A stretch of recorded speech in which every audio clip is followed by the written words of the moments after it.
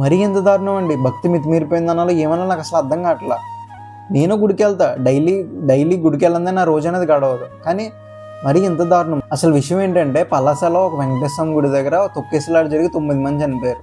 దానికి రీజన్ ఏంటంటే ఇవాళ కార్తీక శుద్ధ ఏకాదశి శనివారం. వెంకటేశ్వర స్వామికి ఇష్టమైన రోజు ఏకాదశి అని చెప్పి జనమందరూ కూడా గుడికి వెళ్ళడం జరిగింది. ఎక్కువ జనం ఉండడం వల్ల కొంతమంది కంగారు ఆపుకోలేక ఎగ్జిట్లోంచి వెళ్ళిపోవడానికి ట్రై చేశారు. ఒక గొడవ జరిగి తొక్కేసలాట జరిగి 9 మంది చనిపోయారు.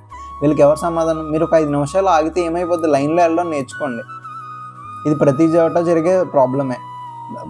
మీరు కానీ ఆ పొజిషన్లో ఉంటే వెళ్ళిపోండి. ఇంటికి వెళ్ళిపోయి సాయంత్రం వచ్చి ఖాళీగా ఉన్న టైంలో దండం పెట్టుకోండి. అంతే తప్ప తొక్కేసలాటకి వెళ్ళి మీ ప్రాణాలను రిస్క్ చేసుకోవద్దు. ఇంకా మధ్యలో ఎగ్జిట్ నుంచి వెళ్ళిన వాళ్ళు చెప్తున్నాను చూడు, మీకు నిజంగా దేవుడు బుద్ధి అనేది ఇచ్చుంటే ఆ విధంగా చేసి ఉంటారు. కేవలం మీ అత్యుత్సాహం నిర్లక్ష్యం వల్లనే 9 మంది చనిపోయారు. అందరూ కూడా దేవుడు దర్శనం లేకపోతే మళ్ళీ రోజు వచ్చి చేసుకోండి. అంతే తప్ప ఇదే రోజు చేసుకోవాలని రూల్ ఏం లేదు. బయట నుంచి అన్నది దండం పెట్టుకోవచ్చు. నేను అదే చేస్తాను. ఒకవేళ మా ఊర్లో గుళ్ళో జనం ఎక్కువ ఉంటే నేను ఈవినింగ్ వెళ్ళి ప్రశాంతంగా దండం పెట్టుకుని వస్తాను. సో 100 days ఛాలెంజ్కి వచ్చేస్తే మార్నింగ్ బ్రేక్ఫాస్ట్లోకి ఇడ్లీ తిన్నాను అనమాట విత్ పల్లి చట్నీ. అండ్ మధ్యాహ్నం లంచ్లోకి వచ్చేసి పెళ్లి భోజనాలు ఉంటాయి వెళ్ళాం అనమాట.